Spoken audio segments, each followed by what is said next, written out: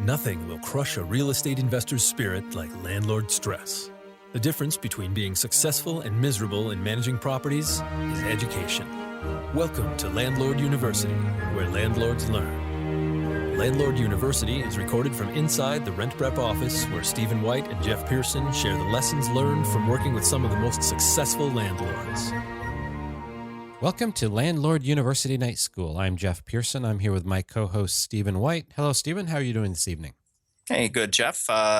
So if you caught our last episode, we were talking about the importance of getting a driver's license from applicants, because you can find a lot of information hidden on that driver's license that either you're not legally allowed to ask them, or maybe they didn't give up, maybe their address or a date of birth or a legal name that they go by. So we're taking that same kind of premise, same idea, and we're gonna now talk about pay stubs and how valuable a pay stub can be during the application process, even if you've already verified their income. So you may have already called their employer, or you hired RentPrep to call their employer, and we've done the verification, and we've gotten the information on what their position is, their start date, and their salary, and all that. So what other things can the pay stub tell you about an applicant?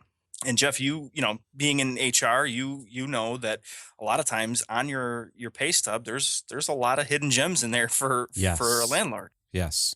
Obviously you can usually get the Social Security number, but year-to-date earnings, which is going to tell you how long they've been working there. So if it's September and they're making $2,000 a pay period and they only have $6,000 year-to-date earnings, then they've only had that job for a short period of time. Exactly. And another thing, if you're dealing with somebody who's on a commission job, that year-to-date earnings could really tell you a lot too, because what they claim that they're making, a lot of times what I've signed does not add up what their actual year-to-date earnings are. Right. So aside from the earnings, obviously earnings, Social Security number, but then you've got their legal name. When you fill out your W-4, I believe it is, Mm-hmm. you're putting down your legal name, what the IRS knows you as. So, I would say that your pay stub's probably going to have the most accurate legal name for you, because that's what you're known in the system, Yes. especially as the IRS has. Yes, that's supposed to be the legal name that you use with the IRS. Another huge piece here is something that you really won't probably get anywhere else. I say probably because, I'm talking about wage garnishments. You can sort of piece the puzzle together on wage garnishments if you were to look up a judgment against somebody and you were able to see, okay, this person had a judgment and they've had it for several years and it was refiled for a lesser amount. You can deduce that, okay, they're probably getting their wages garnished, but there's no database that'll tell you this person has wage garnishments. On a pay stub, it will tell you what the wage garnishments are, how much they are, and who's garnishing the wages. Right. So again, another huge piece. And just to answer any questions that we get a lot from landlords is, should you consider the wage garnishment? Absolutely, you should consider the wage garnishment. That counts against their gross pay, their salary. So, yeah, well, it counts against their net income. Well, exactly. Ultimately. That's right. Yes. And some wage garnishments can be as much as 50% of their take-home pay, especially child custody or child support.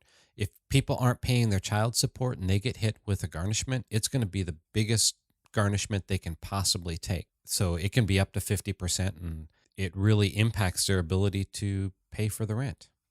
Absolutely. And that's, one of the judgments that we see pretty often doing background checks is a support judgment. And so anytime that a landlord will call and say, hey, what's the support judgment? There's really no dollar amount attached to it. It's just a new filing, and it's a court record.